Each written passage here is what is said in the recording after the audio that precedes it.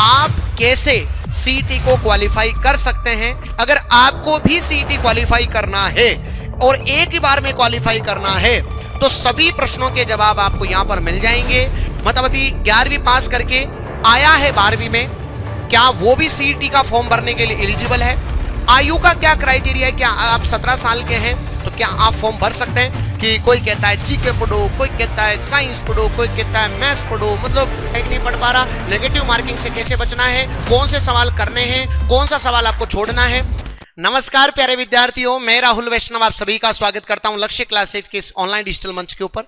जैसा कि आप सभी सीईटी का नोटिफिकेशन देख चुके हैं, सारी बातें आपको अब याद हो गई होगी। मेरे हिसाब से इतने सारे वीडियोस आपने देख लिए होंगे कि कोई कहता है जीके पढ़ो, कोई कहता है साइंस पढ़ो, कोई कहता है मैथ्स पढ़ो। मतलब मार्केट के अंदर इस चीजों की हो रही है ना। लेकिन बस मैं इतना ही कहूंगा आपको कि आप सभी एजुकेटेड क्वालिफाइड व्यक्ति हैं, बच्चे हैं जिन्होंने अभी 12वीं पास की है। आपको खुद को पता है कि भाई आपको क्या सब्जेक्ट पढ़ना है, क्या नहीं पढ़ना है। इस सेशन को लेने के पीछे मेरा एकमात्र उद्देश्य यह है कि आप कैसे सीईटी को क्वालिफाई कर सकते हैं। याद रखिएगा, मैं उन्हीं बातों पर चर्चा करूंगा। अगर आपको भी सीईटी क्वालिफाई करना है और एक ही बार में क्वालिफाई करना है तो सभी प्रश्नों के जवाब आपको यहां पर मिल जाएंगे। मैं ऐसे महत्वपूर्ण सब्जेक्ट आपको बताऊंगा, अगर आप उनको भी पढ़ करके चले जाते हैं तो आपका 100% सीईटी क्वालिफाई हो जाएगा। साथ ही साथ अब आपकी क्या रणनीति होनी चाहिए, किस तरीके से तैयारी करनी चाहिए, इन सभी बातों पर भी मेरी चर्चा रहेगी। सीईटी नोटिफिकेशन के पहले गोल्डन पॉइंट्स पे अपन चर्चा करते हैं कि क्या क्या गोल्डन ऐसे पॉइंट्स हैं जो आपको ध्यान रखने हैं। याद रखिएगा, सीईटी 12th लेवल नोटिफिकेशन सबको लग रहा था कोई बदलाव नहीं होगा, लेकिन इस बार एक बड़ा बदलाव देखने को मिला। इस वीडियो के अंदर मैं आपको यह भी बताने वाला हूं कि जो बच्चा 12वीं पास है, मतलब अभी 11वीं पास करके आया है 12वीं में, क्या वो भी सीईटी का फॉर्म भरने के लिए एलिजिबल है। साथ ही साथ उन बातों पर भी हम चर्चा करेंगे कि जो 12वीं पास हो चुका है वो सीईटी एलिजिबल है। आयु का क्या क्राइटेरिया है, क्या आप 17 साल के हैं तो क्या आप फॉर्म भर सकते हैं। इन सभी बातों पर अपन यहां पर चर्चा करेंगे और एक मूल मंत्र देकर के जाऊंगा सीईटी पास करने का, कितने मार्क्स आपको पास होने के लिए चाहिए, सारी बातों पर अपन चर्चा करेंगे। सीईटी 12th लेवल नोटिफिकेशन में बदलाव, सीईटी 14 भर्तियों का दरवाजा आपको सीधा खुलेगा। यहां पर टोटल 14 भर्तियां इसके अंदर सम्मिलित की गई है, जिसमें मैं आप सभी को बता दूं, देखो कितनी सारी भर्तियां मैंने निकाली है इसके अंदर। मैंने तो क्या निकाली है, सरकार ने निकाली है।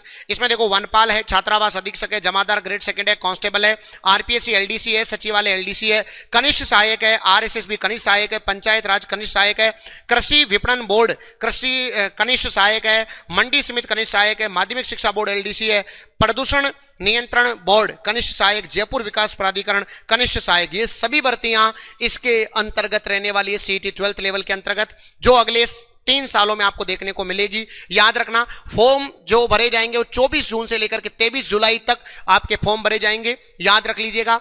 एग्जाम डेट की बात करें, ऑलरेडी मेंशन है 23 तारीख से लेकर 25 अक्टूबर।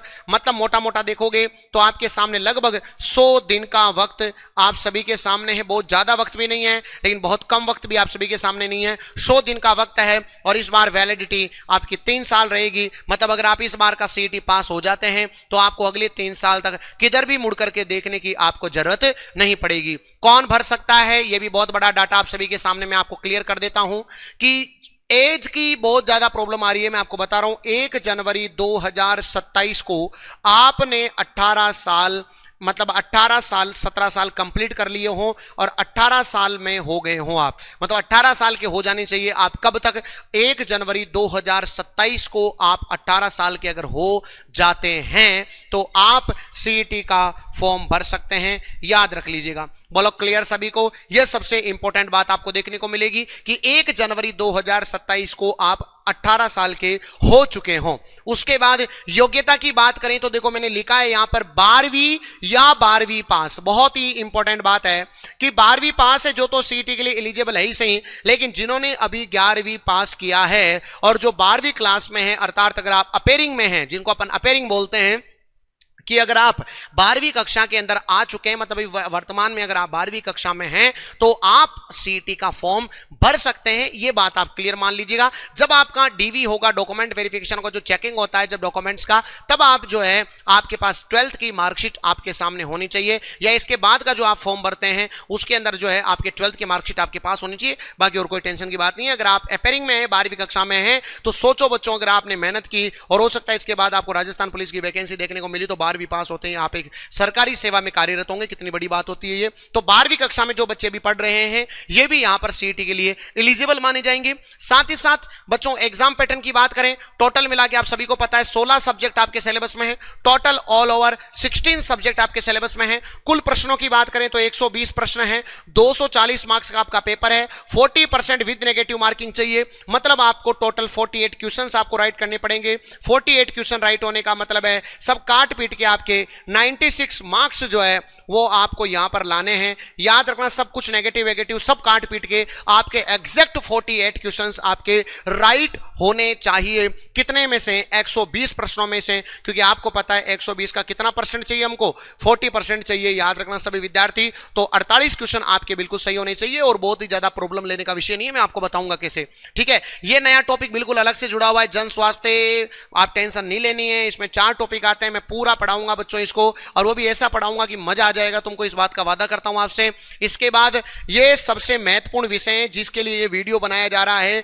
अगर आप इन विषयों को पढ़ लेते हैं तो आपके 48 जो क्वेश्चंस है वो बिल्कुल आपके क्या हो जाएंगे? राइट हो जाएंगे।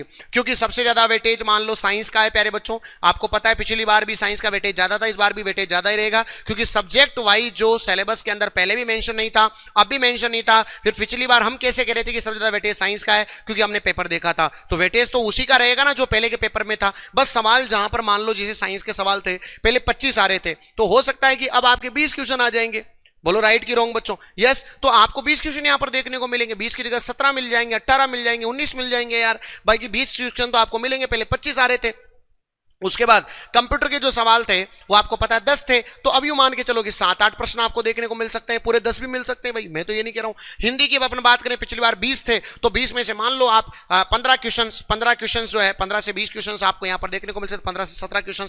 रीजनिंग मैथ्स की बात करें तो पहले 25 क्वेश्चन आ रहे थे दोनों के, अब इस बार तो मैथ्स का सिलेबस और कम कर दिया गया है, तो अब तो आपको केवल अर्थमेटिक ही पढ़नी है। एडवांस वाला जो कठिन पोर्शन था वो तो हटा ही दिया गया। तो मान के चलो पहले 25 क्वेश्चन आ रहे थे, तो अब मान के चलो कि इन दोनों को मिला के लगभग 20 क्वेश्चन आ जाएंगे। तो अगर आप ऐसा देखोगे तो 20 और 20 कितने हो गए? 40 हो गए। 20 और 20 40 हो गए, 40, और आप देख रहे हैं कि 40 और 10 50, 55, और कंप्यूटर के अगर तुम 5 भी मानते हो तो आप जो है आपके 60 क्वेश्चंस का क्राइटेरिया है, जबकि हमको सही तो 48 ही करने हैं भाई। पूरे में से पूरे नहीं कर पाओगे तो भी 48 है, हमको 60 सवाल यहां पर मिल रहे हैं गलत सही काट के, और इसके अलावा जो बचोगे उसको तुम छोड़ के थोड़ी ना आओगे। मुझे पता है भी करंट अफेयर पूरा नहीं करोगे, लेकिन कुछ तो करके आओगे करंट अफेयर। लास्ट में हम क्या करेंगे, कोई क्लास लेने की जरूरत नहीं है, लास्ट के अंदर जो है हम आपको एक ई बुक देंगे, हम आपको ई बुक देंगे नोट्स फ्री के अंदर बिल्कुल करंट अफेयर की, जिसमें पिछले 6-7 महीने का करंट अफेयर कंप्लीट होगा। तो उसको पढ़ के जाओगे तो 5-7 सवाल वहां से भी कर दोगे। बोलो यस और नो? यस। इसके अलावा तुम एक बात बताओ, बिल्कुल इंग्लिश के अंदर डाबा चूकी थोड़ी हो भाई, मान लो छोड़ दो कोई बात नहीं, इंग्लिश को प्रॉपर ही छोड़ दो। बाकी जीके के अंदर तुमको इतना तो आता है कि तुम कर लोगे,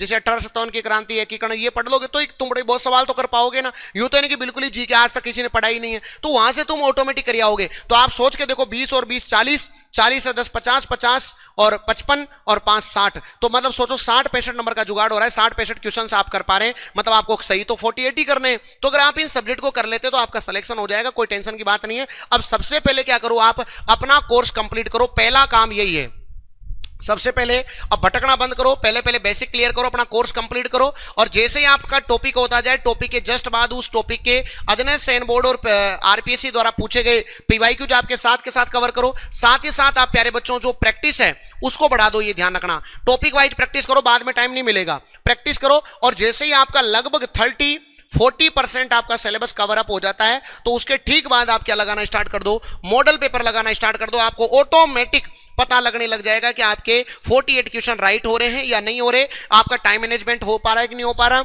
आपका कॉन्फिडेंस बढ़ रहा है कि नहीं बढ़ पा रहा, नेगेटिव मार्किंग से कैसे बचना है, कौन से सवाल करने हैं, कौन सा सवाल आपको छोड़ना है, ये सब चीजें मान के चलिएगा। आप पेपर देखोगे, पेपर देखते हैं आपको इंग्लिश के सवाल मान लो मिल गए, तो अब आप इंग्लिश पढ़ के नहीं आए हो तो उन सवालों को छोड़ना ही नहीं है, आपको बिल्कुल छेड़ना ही नहीं उस सवालों को कि भाई इंग्लिश आप पढ़ के ही नहीं आए हो, तो वहां पर डिमोरलाइज नहीं होना है। इसके लिए आपको जो है मॉडल पेपर क्लियर करने हैं कि भाई मेरा तो टारगेट क्या है कि भाई मेरे को 48 करने हैं, और जब आप घर पे कर रहे हो तो लगभग 60 से 65 क्वेश्चंस आपके बिल्कुल काट पीट के सही हो रहे हैं, तो आप पेपर के अंदर 48 क्वेश्चन बिल्कुल सही कर दोगे, कोई टेंशन की बात नहीं है। लेकिन ये कब आएगा? जब आपने मॉडल पेपर लगाए हो। तो ये तरीका आप बहुत अच्छे से क्लियर करो। अब बच्चों जब आप मान लो बेसिक कर रहे हैं या कोर्स को कंप्लीट कर रहे हैं, तो उसके लिए देखो पहली बात तो किन सब्जेक्ट को फोकस करना है आपको खुद को पता है, मैंने आपको बता ही दिया ये सब्जेक्ट। तो इन सब्जेक्ट के लिए आपको बहुत बेहतरीन फैकल्टी, मैं आपको फिर कह रहा हूं, देखो पिछली बार सीटी में मैंने डंका बजाया था, लेबर असिस्टेंट में डंका बजाया था, देखो प्रत्यक्ष के प्रमाण की जरूरत नहीं होती है। इतना सारा बच्चा अगर साइंस में राहुल सर से जुड़ा हुआ तो कुछ तो बात होगी भाई,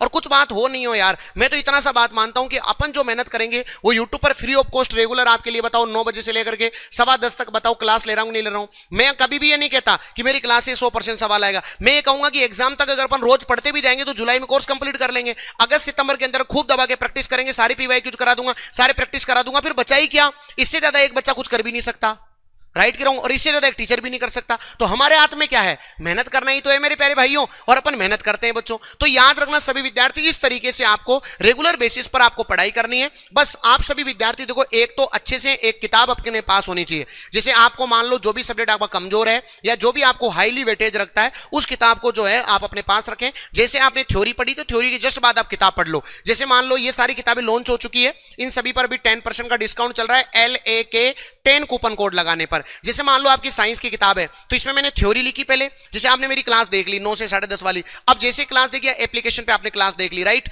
अब जैसे आपने क्लास देखी कंप्लीट हुआ, आप इस किताब से थ्योरी पढ़ लो, उस चैप्टर की थ्योरी पढ़ ली, थ्योरी के जस्ट बाद मैंने इसमें एमसीक्यू डाल रखे कथन कारण वाले बढ़िया बढ़िया सवाल, और इस किताब में लास्ट में मैंने सीटी में आए हुए सारे सवाल भी डाल दिए, क्योंकि साइंस में तो कुछ बदलाव हुआ भी नहीं, तो सारे जो है हमने शिफ्ट वाइज सवाल, डेट वाइज और शिफ्ट वाइज सवाल जो है लास्ट में मैंने ऐड कर दिए। तो बच्चे को यूं भी पता लग जाएगा कि जो गुरुजी पढ़ा रहे हैं वो सवाल प्रीवियस ईयर में मिल भी रहे हैं, और वही जो सवाल हैं वो घूम घूम के यहां पर आ रहे हैं। साथ ही साथ साइंस की पीवाईक्यूज की भी किताब आ चुकी है, आप सभी को पता है। अब सोचो यार, मैंने जब पीवाईक्यूज की पूरी किताब मैंने मेरे हाथों से लिख दी तो कौन सा सवाल मेरे दिमाग से बाहर होगा? आप एक बार सोच के बताओ खुद, बोलो होगा क्या बताओ। तो इसलिए प्यारे बच्चों आप आराम से मेहनत करो, आगे बढ़ो, ये मेरी स्ट्रेटेजी है, यही मेरी रणनीति है।